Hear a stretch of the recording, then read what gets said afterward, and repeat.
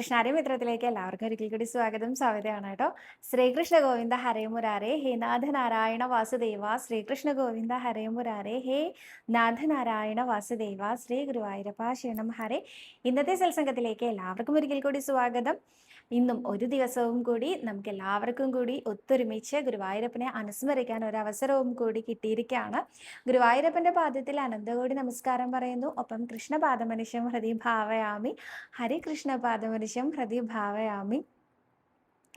ഇന്നലെ ഞാൻ ചോദിച്ച ചോദ്യം ഏകാദശിയുടെ പ്രത്യേകതകൾ എന്തൊക്കെയാണെന്നാണ്. ഏകാദശിയുടെ പ്രത്യേകതകളായിട്ട് നിങ്ങൾ എല്ലാവരും പറഞ്ഞ എല്ലാ ആൻസേഴ്സും ശരിയായിരുന്നു കേട്ടോ. എന്നാൽ ഞാൻ ഇന്ന് ആൻസർ ഒന്നും പറയുന്നില്ല. കാരണം നമ്മുടെ ഏകാദശി സ്പെഷ്യൽ എപ്പിസോഡിൽ ഇതെല്ലാ ആൻസേഴ്സും കൂടി കൊണ്ടുവരണം. അതിനെക്കുറിച്ചൊന്ന് ബ്രീഫ് ചെയ്യാൻ വേണ്ടേ. അപ്പോൾ നമുക്ക് റിപ്പീറ്റേഷൻ വരണ്ട എന്ന് കരുതി ഇന്നത്തെ ഈ ഒരു എപ്പിസോഡിൽ ഞാൻ ആ ഒരു പ്രത്യേകതകളൊന്നും തന്നെ പറയുന്നില്ല. എല്ലാവരുടെ ആൻസേഴ്സും ശരിയാണ് കേട്ടോ. ഇനി ആൻസർ അറിയാത്ത ആളുകൾ, ആൻസർ അറിയില്ല എന്ന് പറഞ്ഞ ആൾക്കാർ, അല്ലെങ്കിൽ എല്ലാ ആൻസേഴ്സും ഓർമ്മ വരുന്നില്ല എന്ന് പറയുന്ന ആൾക്കാർ വീണ്ടും കണ്ടുകൊണ്ടേയിരിക്കൂ. നമ്മൾ ആ ഏകാദശി സ്പെഷ്യൽ എപ്പിസോഡിൽ എല്ലാം കൂടി ഒരുമിച്ച് കൊണ്ടുവരാവുന്നതാണ്. ഇന്നത്തെ ചോദ്യം നോക്കാം കേട്ടോ. സുധാ ഗോപിനാഥ് എന്ന ഭക്തയാണ് ഇന്ന് ചോദ്യം ചോദിച്ചിരിക്കുന്നത്. ലക്ഷ്മി നാരായണ ആൾരൂപം വഴിപാട് എന്തിനു വേണ്ടിയാണ് സമർപ്പിക്കുന്നത്? സവിത, ഞാൻ ആദ്യമായിട്ടാണ് അതറിയുന്നത്, അതൊന്ന് പറഞ്ഞു തരുമോ എന്നാണ് ചോദ്യം. നമ്മൾ ആൾരൂപം വഴിപാട് എടുത്തു വെക്കുന്നിടത്ത് എല്ലാ അവയവങ്ങളുടെയും, ആന്തരിക അവയവങ്ങളുടെ അടക്കമുള്ള എല്ലാത്തിൻ്റെയും സെപ്പറേറ്റ് ആയിട്ടുള്ള രൂപങ്ങളുണ്ട്. ഇത് ഓരോന്നും നമ്മൾ എടുത്തു വെക്കുന്നത് ഏതെങ്കിലും തരത്തിലുള്ള ശാരീരിക ബുദ്ധിമുട്ട് വരുമ്പോൾ അത് മാറിക്കിട്ടാൻ വേണ്ടിയിട്ട് എന്നുള്ളതാണ് പൊതുവായി നമുക്ക് എല്ലാവർക്കും അറിയാവുന്ന കാര്യം അല്ലേ. എന്നാൽ അവിടെ ലക്ഷ്മി നാരായണ ആൾരൂപം, രാധാകൃഷ്ണ ആൾരൂപം, കയറ് വഴിപാട്, അതുപോലെ തന്നെ നാരായണീയം, ഭഗവത്ഗീത, ഇതൊക്കെ എടുത്തു വയ്ക്കാൻ പറ്റും. കാറ്, വീട്, ആന, ഇതെല്ലാം എടുത്തു വയ്ക്കാൻ പറ്റുന്നതാണ് കേട്ടോ. അപ്പോൾ ഇതൊക്കെ എന്തിനു വേണ്ടിയിട്ടാണെന്ന് ചോദിച്ചാൽ, ലക്ഷ്മി നാരായണ ആൾരൂപം എടുത്തു വയ്ക്കുന്നത് ദാമ്പത്യ ഐക്യം ഉണ്ടാവാൻ വളരെ നല്ലതാണ്. ലക്ഷ്മി ദേവിയും നാരായണമൂർത്തിയും ഒരുമിച്ച് അനുഗ്രഹിച്ചാൽ സമൃദ്ധി ഉണ്ടാവും എന്നും കൂടി ഒരു വിശ്വാസമുണ്ട് കേട്ടോ. അപ്പം അതിന് വേണ്ടിയിട്ടാണ് നമ്മൾ ലക്ഷ്മി നാരായണ ആൾരൂപം എടുത്തു വയ്ക്കുന്നത്. അതേപോലെ തന്നെ രാധാകൃഷ്ണ ആൾരൂപം എന്തിനാണ് എടുത്തു വയ്ക്കണമെന്ന് വെച്ചാൽ, നമ്മളെ ചിൽസ്വരൂപിണിയായിട്ടുള്ള രാധാദേവിയുടെ അനുഗ്രഹം നമുക്ക് എപ്പോഴും ഉണ്ടെങ്കിൽ ശ്രീകൃഷ്ണ പ്രേമ ഭക്തി അധികരിക്കാൻ വളരെ നല്ലതാണ് എന്നാണ് പറയാറുള്ളത്. ഇത് മാത്രമല്ല, കന്യകമാരുടെ ശ്രേയസ്സിനും ഈ രാധാകൃഷ്ണന്മാരെ എടുത്തു വയ്ക്കുന്നത് വളരെ നല്ലതാണ് കേട്ടോ. ദാമ്പത്യ ബുദ്ധിമുട്ടുകൾ ഉണ്ടാവാതിരിക്കാനും എല്ലാം രാധാകൃഷ്ണ അഷ്ടകം ചൊല്ലുന്നത് പോലെ തന്നെ പ്രാധാന്യമുള്ളതാണ് രാധാകൃഷ്ണ ആൾരൂപം എടുത്തു വയ്ക്കുന്നതും. ലക്ഷ്മി നാരായണ ആൾരൂപം നമുക്ക് ലക്ഷ്മി ദേവിയുടെയും നാരായണമൂർത്തിയുടെയും ഒരുമിച്ച് അനുഗ്രഹം ഉണ്ടാവാനും അതേമാതിരി തന്നെ ദാമ്പത്യ ഐക്യം ഉണ്ടാവാനും സമ്പൽ സമൃദ്ധിക്കും വേണ്ടിയിട്ടാണ് എടുത്തു വയ്ക്കാറുള്ളത് കേട്ടോ. അടുത്തതായിട്ട്, എൻ്റെ മോളുടെ അസുഖങ്ങൾ മാറുവാൻ എന്ത് വഴിപാടാണ് ചെയ്യേണ്ടത്? സ്കിന്നിനും വയറിനും ആയിട്ടുള്ള അസുഖങ്ങളാണ് ഉള്ളത് എന്നാണ് രമണി എന്ന ഭക്ത ചോദിച്ചിരിക്കുന്നത് കേട്ടോ. സ്കിൻ പ്രോബ്ലത്തിന് നമ്മൾ സാധാരണ ചേന വഴിപാട് നൽകാറുണ്ട് കേട്ടോ. ഗുരുവായൂരപ്പന് ചേന എടുത്തു വെക്കുക എന്ന വഴിപാട് ചെയ്യാറുണ്ട്. അതുപോലെ വയറ് സംബന്ധമായിട്ടുള്ള അസുഖങ്ങൾക്ക് മലര് ഷീട്ടാക്കാറുണ്ട്. അതുമാത്രമല്ല, നിവേദ്യം ഷീട്ടാക്കുന്നത് വളരെ നല്ലതാണ്. നിവേദ്യം എന്ന് ഞാൻ പറയുമ്പോൾ എന്ത് നിവേദ്യമാണെന്ന് ചോദിക്കാറുണ്ട് കേട്ടോ. വെള്ള നിവേദ്യം എന്നാണ് പറയുക. നിവേദ്യ ചോറാണ് ഞാൻ ഉദ്ദേശിച്ചത് കേട്ടോ. ഇതിൻ്റെ പിന്നിലുള്ള ഒരു കഥ ഞാൻ പറയാറുണ്ടായിരുന്നു. കുറൂരമ്മ ഒരു ദിവസം വയറുവേദന കൊണ്ട്, കഠിനമായ വയറുവേദന അനുഭവിക്കുന്ന ഒരു ഭക്തനോട് പറഞ്ഞു കൊടുത്ത കഥ. അതെന്താണെന്ന് വെച്ചാൽ, ഒരു കഠിനമായ വയറുവേദന അനുഭവിച്ചു കൊണ്ടിരുന്ന ഒരു ഭക്തൻ ഒരിക്കൽ വില്ലുമംഗലം സ്വാമിയാരെ കണ്ടിട്ട് എൻ്റെ വയറുവേദനയ്ക്ക് എന്തെങ്കിലും ഒരു പരിഹാരം പറഞ്ഞു തരുമോ എന്ന് ചോദിച്ചു അത്രേ. അദ്ദേഹത്തിന് തൻ്റെ ആ ഒരു കണ്ണുകൊണ്ട് തന്നെ കാണാൻ സാധിക്കുമല്ലോ ഗുരുവായൂരപ്പനെ. അതുകൊണ്ടാണ് വില്ലുമംഗലത്തിനോട് ചോദിക്കാൻ കാരണം. അപ്പോൾ വില്ലുമംഗലം പറഞ്ഞു അത്രേ, അതിന് ഒരു നിവർത്തിയില്ല, 7 ജന്മം വരെയും അങ്ങ് ഇത് അനുഭവിക്കണം, അങ്ങയുടെ കർമ്മദോഷം കൊണ്ട് വന്ന് ഭവിച്ചതാണ് എന്ന്. ഈ ഭക്തൻ വല്ലാത്ത സങ്കടത്തിൽ തിരിച്ചുപോയി. പിന്നെയും ഈ ഭക്തൻ ഇങ്ങനെ നാമമൊക്കെ ജപിക്കുന്നതിൻ്റെ ഇടയിലാണ് കുറൂരമ്മയെക്കുറിച്ച് കേൾക്കാനിടയായതും കുറൂരമ്മയുടെ നാമജപത്തിൽ പങ്കെടുക്കാൻ സാധിച്ചതും. കുറൂർ ഇല്ലത്ത് വൈകുന്നേരങ്ങളിൽ കുട്ടികളെ വിളിച്ചിരുത്തി നാമം ജപിപ്പിക്കുന്ന പതിവുണ്ട്. അങ്ങനെ അമ്മയോട് ഈ ഒരു ഭക്തൻ ചോദിച്ചു അത്രേ, അമ്മേ, ഇങ്ങനെ വയറു വേദന കൊണ്ട് വല്ലാത്ത ബുദ്ധിമുട്ട് അനുഭവിക്കുകയാണ് ഞാൻ, അപ്പം എന്താ ചെയ്യേണ്ടത് എന്ന്. കുറൂരമ്മ പറഞ്ഞു അത്രേ, നാമം ജപിച്ചോളൂ, നാരായണ നാരായണ നാരായണ നാരായണ എന്ന് എപ്പോഴും നാമം ജപിച്ചോളൂ, അപ്പം ഉണ്ണിക്ക് നേദിച്ച നേദ്യ ചോറ് കഴിച്ചോളൂ എന്ന് പറഞ്ഞു അത്രേ. അങ്ങനെ ഈ ഭക്തൻ അന്ന് മുതൽ നിവേദ്യ ചോറ് മാത്രം കഴിക്കാനും അതുപോലെ തന്നെ നാമം ചൊല്ലാനും തുടങ്ങി. കുറച്ച് ദിവസം കഴിഞ്ഞപ്പോൾ വയറുവേദനയൊക്കെ മാറിയിട്ടോ, വയറിന്റെ എല്ലാ പ്രശ്നങ്ങളും മാറി. അങ്ങനെ ഇരിക്കുമ്പോഴാണ് വില്ലുമംഗലം സ്വാമിയാരെ വീണ്ടും കാണാനിടയായത്. സ്വാമിയാർക്ക് നമസ്കാരം പറഞ്ഞുകൊണ്ട് ഈ ഭക്തൻ പറഞ്ഞു, അങ്ങ് പറഞ്ഞതുപോലെ 7 ജന്മം എനിക്ക് കഠിനമായ വയറുവേദന അനുഭവിക്കാൻ യോഗമുണ്ടായിരുന്നിരിക്കാം, എന്നാലും ഗുരുവായൂരപ്പൻ അനുഗ്രഹിച്ച് എൻ്റെ വയറുവേദനയൊക്കെ മാറിയിട്ടോ എന്ന് പറഞ്ഞുകൊണ്ട് പോയിത്രേ. വില്ലുമംഗലത്തിന് ഭയങ്കര വിഷമായി. എന്തുകൊണ്ടാണ് ഭഗവാനെ, ഞാൻ അന്ന് അങ്ങയോട് ചോദിച്ചപ്പോൾ അങ്ങ് ഇങ്ങനെയല്ലല്ലോ മറുപടി പറഞ്ഞത്, 7 ജന്മം ഈ ഒരു ഭക്തന് ഇത് അനുഭവിക്കണം എന്നല്ലേ പറഞ്ഞത് എന്ന് ചോദിച്ചപ്പോൾ ഉണ്ണികൃഷ്ണൻ ചിരിച്ചുകൊണ്ട് പറഞ്ഞു അത്രേ, എൻ്റെ നാമം ജപിച്ചാൽ മാറില്ല എന്ന് ആരാ പറഞ്ഞത്? എൻ്റെ നിവേദ്യം കഴിച്ചാൽ മാറില്ല എന്ന് ആരാ പറഞ്ഞത്? അങ്ങനെയൊന്നും ഞാൻ പറഞ്ഞിട്ടില്ലല്ലോ. അദ്ദേഹത്തിന്റെ കർമ്മദോഷം 7 ജന്മക്കാലം വയറുവേദന അനുഭവിക്കാനാണ് എന്ന് മാത്രമേ ഞാൻ പറഞ്ഞുള്ളൂ. അതിനുള്ള പരിഹാരമൊന്നും ഞാൻ പറഞ്ഞിട്ടില്ല. ഞാൻ അങ്ങനെ ചെയ്താലൊന്നും മാറില്ല എന്നും പറഞ്ഞിട്ടില്ല എന്ന് പറഞ്ഞുകൊണ്ട് ചിരിച്ചുകൊണ്ട് ശ്രീലകത്തേക്ക് ഓടിപ്പോയി എന്നാണ് കഥ. അപ്പോൾ നമ്മുടെ ഉണ്ണികൃഷ്ണൻ വിചാരിച്ചാൽ മാറ്റാൻ പറ്റാത്ത ഒരു കർമ്മബന്ധങ്ങളും അല്ലെങ്കിൽ കർമ്മത്തിൻ്റെ കെട്ടുപാടുകളും ഇല്ല എന്ന് തന്നെയാണ്. വയറ് സംബന്ധമായിട്ടുള്ള അസുഖങ്ങൾ ഉണ്ടെങ്കിൽ നിവേദ്യ ചോറ് ഷീട്ടാക്കുന്നത് വളരെ നല്ലതാണ് കേട്ടോ. അടുത്തതായിട്ട് ഏകാദശിക്ക് വരണം എന്നുണ്ട്. ഏകാദശിയുടെ അന്ന് വെളുപ്പിന് 1 മണിക്ക് അവിടെ ബസ്സിൽ വരുമ്പോഴേ വരിയിൽ നിന്നാൽ തൊഴാൻ പറ്റുമോ എന്നാണ് മൈഥിലി ചോദിച്ചിരിക്കുന്നത് കേട്ടോ. തീർച്ചയായിട്ടും തൊഴാൻ സാധിക്കും. ഏകാദശിയുടെ അന്ന് നടയടക്കലില്ല ഗുരുവായൂരപ്പന്. അപ്പോൾ അന്നത്തെ ദിവസം മുഴുവനും നട തുറന്നിരിക്കുന്ന ദിവസമാണ്. ഇനി അത് കഴിഞ്ഞ് ദ്വാദശിയുടെ അന്ന് രാവിലെ 9 മണിക്ക് നടയടക്കലുള്ളൂ. അപ്പോൾ ഏകാദശിയുടെ അന്ന് വെളുപ്പിന് 1 മണിക്ക് വരുമെങ്കിൽ വരിയിൽ നിന്നാൽ അന്ന് മുഴുവനും സമയമുണ്ടല്ലോ. പിറ്റേ ദിവസം രാവിലെ 9 മണി വരെയും സമയമുണ്ട്. അതുകൊണ്ട് എന്തായാലും തൊഴാൻ പറ്റും. തീർച്ചയായിട്ടും നമ്മുടെ വീട്ടിൽ നിന്ന് ഇറങ്ങുമ്പോൾ എന്തൊക്കെ ആഗ്രഹം ഉണ്ടോ അതൊക്കെ നമ്മുടെ ഉണ്ണിയോട് പറഞ്ഞ് ഏൽപ്പിച്ച് തൊഴുത് നമസ്കരിച്ചിട്ട് വരൂ കേട്ടോ. എന്നാലാണ് കൂടുതൽ എളുപ്പത്തിലെല്ലാം സാധ്യമാവുക. അടുത്തതായിട്ട്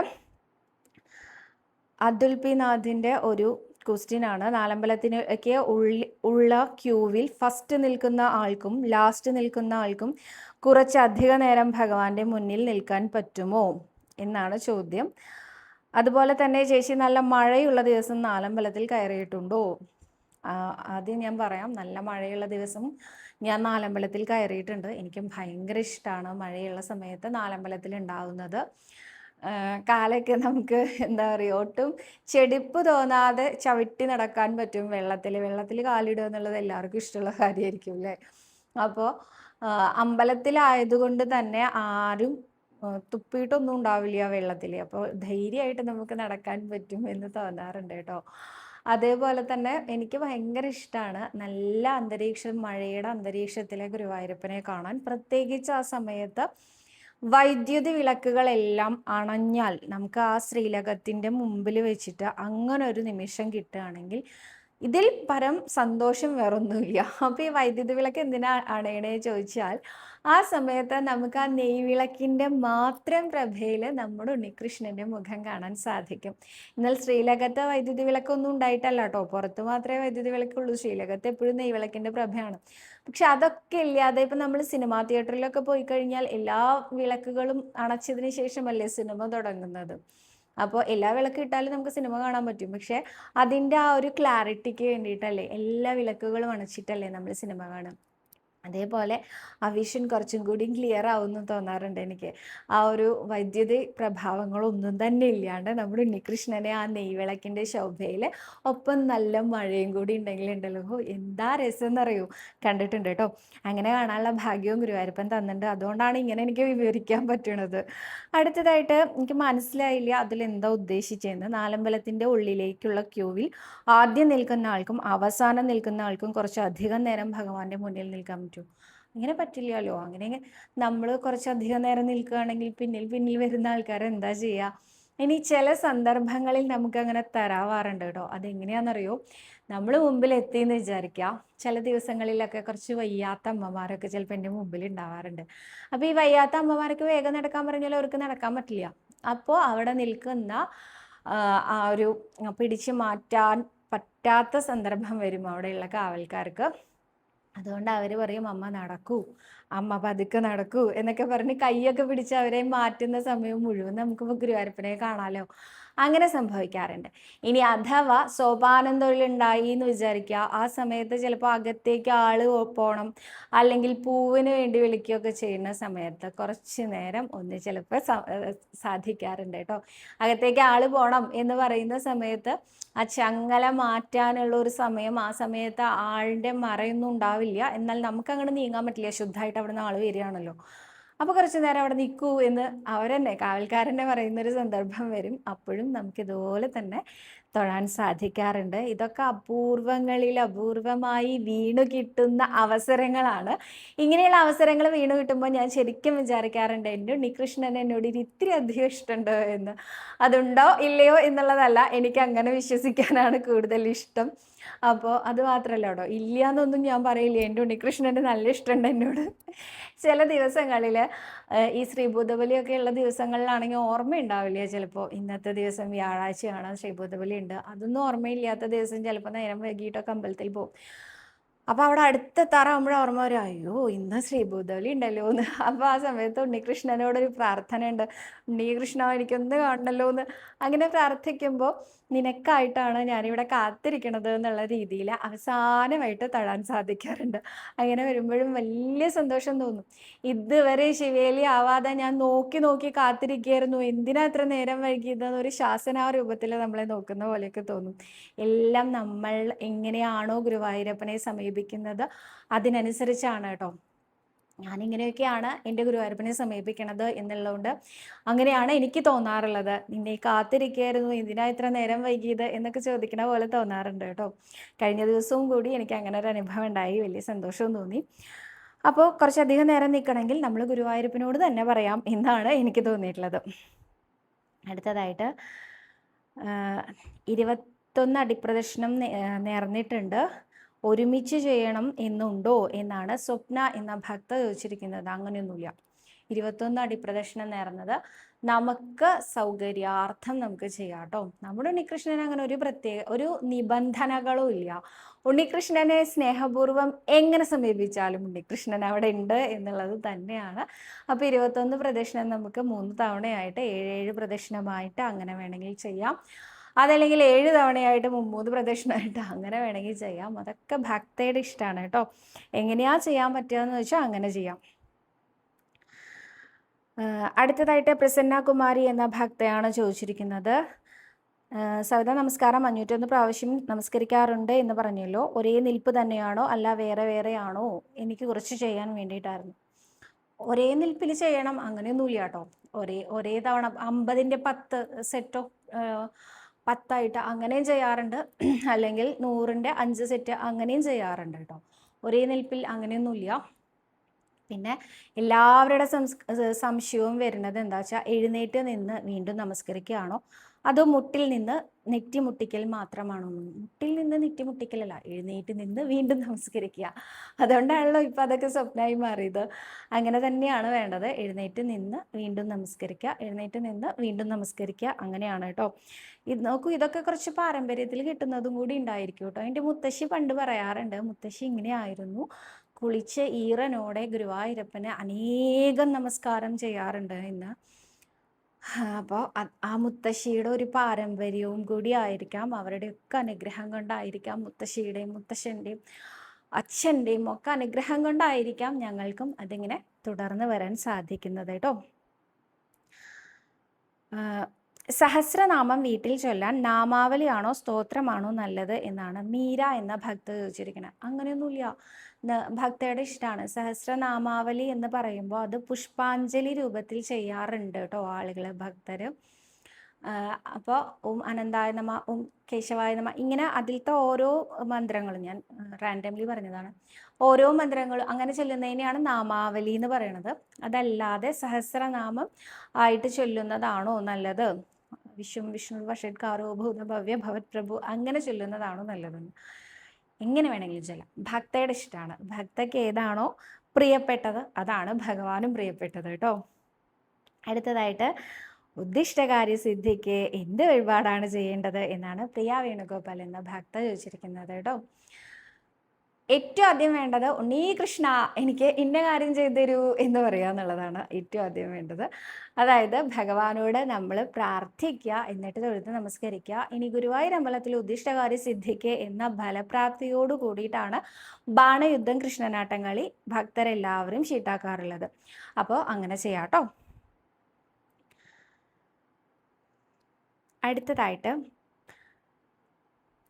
എനിക്ക് ഒരു എന്താ പറയേണ്ടതെന്നറിയോ, ഞാൻ ആ മെസ്സേജ് മുഴുവനായിട്ട് വായിക്കാം കേട്ടോ. മാധവകൃഷ്ണൻ എന്ന ഭക്തനാണ് ആ ഒരു മെസ്സേജ് അയച്ചിരിക്കുന്നത്. ഒരാൾക്ക് വേണ്ടി മറ്റൊരാൾ പ്രാർത്ഥിക്കണം, ഇതെല്ലാം പറയുന്നത് വിഡ്ഢിത്തരമാണ്. ഒരാൾ മറ്റൊരാൾക്ക് വേണ്ടി ഇതൊന്നും ചെയ്യാൻ സാധ്യമല്ല. അവനവൻ തന്നെയാണ് അവനവനെ ഉയർത്തേണ്ടത്. സ്വന്തം മക്കൾക്ക് വേണ്ടി മാതാപിതാക്കൾ പോലും വിചാരിച്ചിട്ട് കാര്യമില്ല. ഒരു വഴിപാട് കൊണ്ടും കാര്യമില്ല. ദയവായി നാമം ജപിക്കൂ. ജപിച്ച് അവരവർ ഉയരൂ. മറ്റുള്ളവരെയും ഇങ്ങനെ ചെയ്യണം എന്ന് പറഞ്ഞ് മനസ്സിലാക്കൂ. ഭഗവാനും അവനവനും ഇടയ്ക്ക് ഒരാളുടെയും ആവശ്യമില്ല. മനുഷ്യൻ കഴുതകളാവരുത്. സ്വാമി ഉദിത് ചൈതന്യജിയുടെ പ്രഭാഷണമൊക്കെ ഒന്ന് കേൾക്കൂ ദയവ് ചെയ്ത്. വിഷ്ണു സഹസ്രനാമം, ലളിതാ സഹസ്രനാമം ഇതെല്ലാം കൈകൊണ്ടൊന്ന് തൊടൂ. ഈ ചാനലിൽ ഇരുന്ന് കരഞ്ഞിട്ട് ഒന്നും കിട്ടില്ല, കഷ്ടം. ഇതാണ് മിസ്റ്റർ മാധവകൃഷ്ണൻ്റെ മെസ്സേജ്. ആദ്യമായിട്ട് അദ്ദേഹത്തിനോട് എനിക്ക് പറയാനുള്ളത്, താങ്കളോട് ആരാണ് പറഞ്ഞത് ഒരാൾക്ക് വേണ്ടി മറ്റൊരാൾ പ്രാർത്ഥിച്ചാൽ ഒരിക്കലും നടക്കില്ല എന്ന്? നടക്കും എന്നുള്ളതിന് ഏറ്റവും വലിയ ഉദാഹരണം ഞാൻ തന്നെയാണ്. 15 വർഷങ്ങൾക്ക് മുമ്പ് സെറിബ്രൽ ഹാമറേജ് എന്ന വലിയൊരു അസുഖത്തിനിരയായിരുന്നു എൻ്റെ അമ്മ.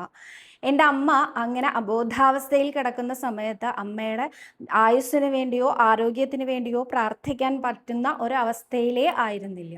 എൻ്റെ അമ്മയ്ക്ക് വേണ്ടി അന്ന് അഹോരാത്രം പ്രാർത്ഥിച്ചത് ഞങ്ങൾ മക്കൾ തന്നെയായിരുന്നു, കുറച്ചധികം ഞാൻ തന്നെയായിരുന്നു കേട്ടോ. നാരായണീയം കൊണ്ട് തന്നെയായിരുന്നു അന്നത്തെ എൻ്റെ ഉപാസന ഉണ്ടായിരുന്നത്. നാരായണീയത്തിനോട് ഞാൻ ഇത്രയും അടുക്കാൻ കാരണവും എൻ്റെ അമ്മയ്ക്ക് വന്ന ഒരു വലിയ അസുഖം തന്നെയായിരുന്നു. 15 വർഷങ്ങൾക്ക് ഇപ്പുറവും പൂർണ്ണ ആരോഗ്യത്തോടെ എൻ്റെ അമ്മ ജീവിച്ചിരിക്കുന്നുണ്ടെങ്കിൽ അത് എൻ്റെ പ്രാർത്ഥന കൊണ്ടാണ് എന്നാണ് അന്നും ഇന്നും ഞാൻ വിശ്വസിക്കുന്നത്. ഇനി അടുത്തതായിട്ട്, ഏതാനും ചില വർഷങ്ങൾക്ക് മുൻപാണ് എനിക്ക് മൂന്നാമതൊരു പെൺകുഞ്ഞ് ജനിച്ചത്. അവൾ ജനിച്ച് 40 ദിവസത്തിനുള്ളിൽ തന്നെ അവൾക്കും വലിയൊരു അസുഖം വരാൻ ഇടയായി. ന്യൂമോണിയയും അതിനപ്പുറത്തേക്കുള്ള അസുഖങ്ങളും ഉണ്ടായിരുന്നു. 2 ഹോസ്പിറ്റലിൽ നിന്ന് മടക്കി ഒടുവിൽ മൂന്നാമതൊരു ഹോസ്പിറ്റലിൽ ICUവിൽ കിടക്കുന്ന എൻ്റെ മകൾ ഒരിക്കലും അവളുടെ ആയുസ്സിനും ആരോഗ്യത്തിനും വേണ്ടി പ്രാർത്ഥിക്കില്ല. പ്രാർത്ഥിക്കാൻ മാത്രം പ്രായവുമായിട്ടില്ല, അബോധാവസ്ഥയിലുമായിരുന്നു. ഒരിക്കലും ജീവൻ തിരിച്ചു കിട്ടില്ല എന്നും, അഥവാ കിട്ടിയാൽ പൂർണ്ണമായിട്ടും ബുദ്ധിയുള്ള ഒരു കുട്ടിയായിരിക്കില്ല എന്നും പറഞ്ഞ് വിധി എഴുതിയ ആ ഒരു കുഞ്ഞിനെ ഇന്നും വളരെ സദ്ബുദ്ധിയോടുകൂടി ആരോഗ്യത്തോടുകൂടി എനിക്ക് കിട്ടിയിട്ടുണ്ടെങ്കിൽ അതെൻ്റെയും എൻ്റെ ഭർത്താവിൻ്റെയും മറ്റ് ആളുകളുടെയും പ്രാർത്ഥന കൊണ്ട് തന്നെയാണ് എന്നാണ് ഇന്നും ഞാൻ വിശ്വസിക്കുന്നത്. അപ്പോൾ ഒരാൾക്ക് വേണ്ടി മറ്റൊരാൾ പ്രാർത്ഥിച്ചാൽ ഭഗവാൻ കേൾക്കില്ല, ഫലം തരില്ല എന്നുള്ളത് ഒരിക്കലും ഞാൻ അംഗീകരിക്കില്ല. ഇങ്ങനെ പറഞ്ഞാൽ ഞാൻ സമ്മതിക്കില്ല. ഇനി അങ്ങയുടെ പ്രശ്നം ഇവിടെ ഈ ഒരു ചാനലിൽ സവിത മോളെ പ്രാർത്ഥിക്കൂ എന്ന് പലരും പറയുന്നതാണ് എങ്കിൽ എനിക്ക് അങ്ങയോട് പറയാനുള്ളത്, എല്ലാ ദിവസവും ഗുരുവായൂർ ക്ഷേത്രത്തിൽ പോയി തൊഴാൻ സാധിക്കുക എന്നുള്ള അമൂല്യമായ അനുഗ്രഹം മുജ്ജന്മത്തിൽ ഏതോ ഒരു പുണ്യത്തിൻ്റെ പേരിൽ എനിക്ക് ഈ ജന്മം സാധിക്കുന്നുണ്ട്. എന്നും ഗുരുവായൂർ അമ്പലത്തിൽ പോയി കാണാൻ സാധിക്കുന്നവൾ എന്നുള്ളത് കൊണ്ട് പലരും എന്നോട് പറയാറുണ്ട്, ഇന്ന് നമ്മുടെ ഉണ്ണികൃഷ്ണനോട് സവിത പറയൂ എന്ന്. അത് അവരുടെ ആശ്വാസമാണ്. അപ്പോൾ നിങ്ങൾക്ക് മറ്റൊരു കാര്യം ചോദിക്കാം, ഈ കണ്ട മഹാജനങ്ങൾ മുഴുവൻ കുട്ടിയോട് പറഞ്ഞാൽ കുട്ടിക്ക് എങ്ങനെയാണ് അത് അവിടെ പോയി പറയാൻ പറ്റുക? കൃത്യമായിട്ട് ഓർമ്മയുണ്ടാവുമെന്ന്? ഒരിക്കലും ഉണ്ടാവില്ല. അത് ഞാൻ ഇപ്പോഴേ പറയുന്നു. ഓരോരുത്തരുടെ പ്രാരാബ്ധങ്ങളും പറയുമ്പോൾ ഇത് മുഴുവൻ ഗുരുവായൂരപ്പനിലേക്ക് എത്തിക്കാനുള്ള ഒരു മീഡിയേറ്റർ ഒന്നും അല്ല ആണെന്ന് ഞാൻ അവകാശപ്പെടുന്നുമില്ല. പക്ഷെ ഓരോരുത്തരും എന്നെ പ്രാർത്ഥനയ്ക്ക് പറഞ്ഞ് ഏൽപ്പിക്കുമ്പോൾ, എൻ്റെ ഉണ്ണികൃഷ്ണനെ കാണുമ്പോൾ ഞാൻ പറയുന്നൊരു കാര്യമുണ്ട്, ഉണ്ണികൃഷ്ണ, അനേകം അമ്മമാരെ എന്നോട് അങ്ങയോട് പ്രാർത്ഥിക്കാൻ നിവേദനങ്ങളായിട്ട് പല പല പല പ്രാർത്ഥനകളും പറഞ്ഞിട്ടുണ്ട്. ഈ ഉള്ളവൾക്ക് എല്ലാം കൂടി ഓർത്ത് വയ്ക്കാൻ സാധിക്കുന്നില്ല. എന്തൊക്കെയാണ് ആർക്കൊക്കെയാണ് വേണ്ടതെങ്കിൽ അങ്ങ് നൽകുമല്ലോ എന്ന് പ്രാർത്ഥിച്ചിട്ടാണ് വരാറ്. ഒപ്പം ഒറ്റ വാചകം കൂടി ഞാൻ പറയാറുണ്ട്, മോഹവിനാശക കൃഷ്ണ വേണ്ടത് ചെയ്യണേ എന്ന്. എന്തിനാണ് മോഹവിനാശക കൃഷ്ണ എന്ന് പറയുന്നത്? ഇതിൽ പല അമ്മമാരും പ്രാർത്ഥിക്കുന്നത് ചിലപ്പോൾ അവർക്ക് തന്നെ ഉചിതമായ ഒരു കാര്യമായിരുന്നിരിക്കില്ല. അത് നമുക്കല്ലല്ലോ അറിയാം, ഗുരുവായൂരപ്പനല്ലേ അറിയാം. അങ്ങനെ എന്തെങ്കിലും വരികയാണെങ്കിൽ ഉചിതമല്ലാത്ത പ്രാർത്ഥനകൾ ഈ പറഞ്ഞ അമ്മമാരിൽ അല്ലെങ്കിൽ ഈ പറഞ്ഞ ഭക്തരിൽ ആരെങ്കിലും പറയുന്നുണ്ടെങ്കിൽ അവർക്ക് വേണ്ട മോഹവിനാശം നൽകാൻ ഭഗവാൻ അനുഗ്രഹിക്കണേ എന്നും കൂടിയാണ് എൻ്റെ ആ പ്രാർത്ഥന ഉണ്ടാവാറുള്ളത്. ഇതെല്ലാം അവരുടെ ഒരു മനസമാധാനത്തിന് അവർ കണ്ടെത്തുന്നതാണ്. ഇനി അടുത്തതായിട്ട് ഇതെല്ലാം മറ്റുള്ളവരെയും പറഞ്ഞു മനസ്സിലാക്കൂ, വെറുതെ ചാനലിൽ കിടന്ന് കരഞ്ഞിട്ട് കാര്യമില്ല എന്നാണ് പറയുന്നത്. സ്വാമി ഉദിത് ചൈതന്യയെ കുറിച്ചും പറഞ്ഞിട്ടുണ്ട്. വിത്ത് ഡ്യൂ റെസ്പെക്ട്, എനിക്ക് അദ്ദേഹത്തിനോട് വളരെ ബഹുമാനമുണ്ട് കേട്ടോ. അദ്ദേഹത്തിൻ്റെ ഏതാനും ചില പ്രഭാഷണങ്ങളുടെ ഏതാനും ചില ഭാഗങ്ങൾ മാത്രം കേൾക്കാനുള്ള ഭാഗ്യമേ എനിക്കുണ്ടായിട്ടുള്ളൂ. പക്ഷെ അദ്ദേഹത്തിനോട് എനിക്ക് നല്ല ബഹുമാനമുണ്ട്. അതവിടെ ഇരിക്കട്ടെ. ഈ ചാനലിൽ ഒരിക്കലും ഞാൻ ഒരാളോടും നിങ്ങൾക്ക് വേണ്ട വഴിപാടുകളൊക്കെ ഞാൻ ചെയ്യാട്ടോ, എനിക്ക് വേണ്ട പൈസ തന്നാൽ മതിയെന്നോ, അല്ലെങ്കിൽ നിങ്ങൾക്ക് വേണ്ടി ഞാൻ അമ്പലത്തിൽ പോയി തൊഴാട്ടോ, അത് മതി നിങ്ങൾ വീട്ടിലിരുന്നോളൂന്നോ, അല്ലെങ്കിൽ നിങ്ങൾക്കും കൂടി വേണ്ട നാമമൊക്കെ ഞാൻ ജപിക്കുന്നുണ്ട് കേട്ടോ, അത്ര പോരെ എന്നൊന്നും ചോദിച്ചിട്ടില്ല. നാമം നിങ്ങൾ ജപിക്കൂ, ഗുരുവായൂരപ്പനെ നിങ്ങൾ പ്രാർത്ഥിക്കൂ, വേണ്ട വഴിപാടുകൾ നിങ്ങൾ ചെയ്യൂ, നിങ്ങൾ നാമം ജപിക്കൂ, നിങ്ങൾ സഹസ്രനാമം ചൊല്ലൂ, നിങ്ങൾ നാരായണീയം വായിക്കൂ, നിങ്ങൾ ഭഗവത്ഗീത വായിക്കൂ എന്നതാണ് ഞാൻ പറഞ്ഞിരിക്കുന്നത്. ഭഗവത്ഗീതയിൽ ഭഗവാൻ പറയുന്നുണ്ട്, അവനവനെ അവനവൻ തന്നെ ഉദ്ധരിച്ചാലേ ഉയർത്തെഴുന്നേൽക്കാൻ സാധിക്കുള്ളൂ എന്നുള്ളത് എനിക്കറിയാവുന്ന കാര്യം ഞാൻ ഇടയ്ക്കിടയ്ക്ക് പറയാറുണ്ട്. അപ്പോൾ അതിന് ഒരു ഉത്ബോധനത്തിൻ്റെ ആവശ്യം എനിക്കില്ല. പിന്നെ എൻ്റെ ചാനലിൽ ഞാൻ പറയുന്ന വാചകങ്ങളൊന്നും സ്ഥിരമായി കേൾക്കാത്തതിൻ്റെ കുഴപ്പമാണ് അങ്ങേക്ക്. അത് അങ്ങയുടെ കുഴപ്പമൊന്നുമില്ല, അങ്ങേക്ക് വേണമെങ്കിൽ കേട്ടാൽ മതി. പക്ഷെ അവിടെയും ഇവിടെയും മാത്രം കേട്ടുകൊണ്ട് കമൻറ്റ് ചെയ്യാതിരിക്കാൻ പ്രത്യേകം ശ്രദ്ധിക്കൂ. അത് ആ ഒരു മാന്യത അങ്ങയിൽ നിന്ന് ഇനിയും ഞാൻ തുടർന്ന് പ്രതീക്ഷിക്കുന്നു. അപ്പോൾ ഇന്ന് അത്രയും ചോദ്യങ്ങളേ ഉള്ളൂ. ഇനിയൊരു കഥ പറയാനുള്ള സമയമില്ല എന്ന് തോന്നുന്നു. അതുകൊണ്ട് ഇന്നത്തേക്ക് ഞാൻ നിർത്തുകയാണ്. സർവരോഗ വിനാശന, സർവപാപ വിനാശന, സർവദുഃഖ വിനാശന, സർവസൗഖ്യ പ്രദായക ശ്രീ ഗുരുവായൂരപ്പ ശരണം ഹരി.